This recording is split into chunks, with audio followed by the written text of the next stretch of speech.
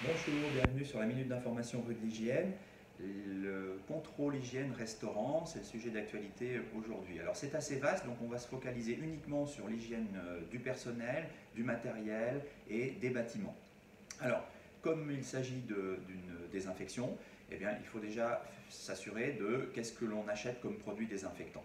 Et là, il y a 2 à 3 critères à savoir. Donc, qu'est-ce qu'on désinfecte? Bactéries, fonges, virus. Donc ça, c'est déjà important. Dans chacune des catégories, il y a 3 niveaux de désinfection.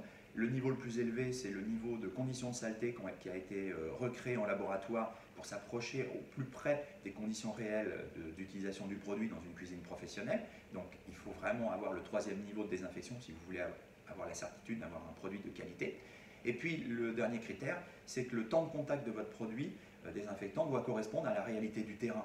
Exemple, un savon désinfectant milieu alimentaire, mais qui désinfecte en 1 minute, alors que votre collaborateur va se laver les mains en 30 secondes, ben c'est comme si vous lui avez donné un savon doux, tout simple.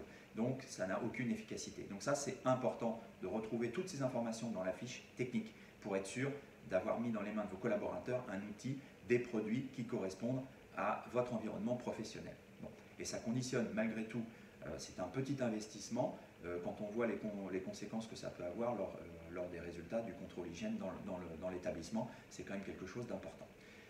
Ensuite, il faut respecter la réglementation. Donc la réglementation, c'est des fiches techniques, fiches de données de sécurité qu'il faut avoir à disposition, en format électronique ou en format papier.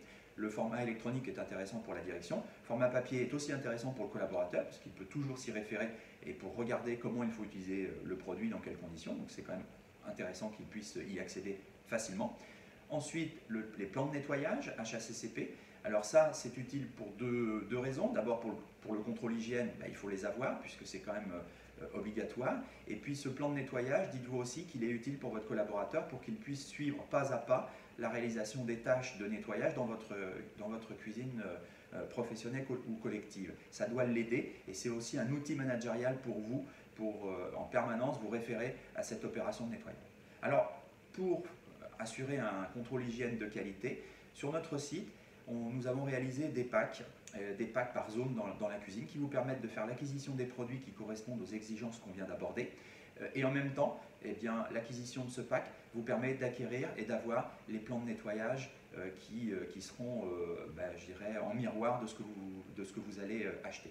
Bien évidemment, n'hésitez pas à nous contacter si vous voulez avoir plus d'informations sur ce sujet. C'est quand même très important, surtout lors de la mise en œuvre. L'idée, c'est d'acheter de façon rationnelle, peu de produits, efficaces et de qualité, pour que vous puissiez ensuite en consommer le moins possible et puis que vous puissiez avoir l'assurance d'un résultat contrôle hygiène peut-être à venir de qualité et que vous soyez tranquille et rassuré.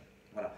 Nous avons mis quelques liens sur notre vidéo YouTube et j'espère que tout ceci vous aura été utile et que nous vous retrouverons sur notre site Rue de l'Hygiène très bientôt. Au revoir.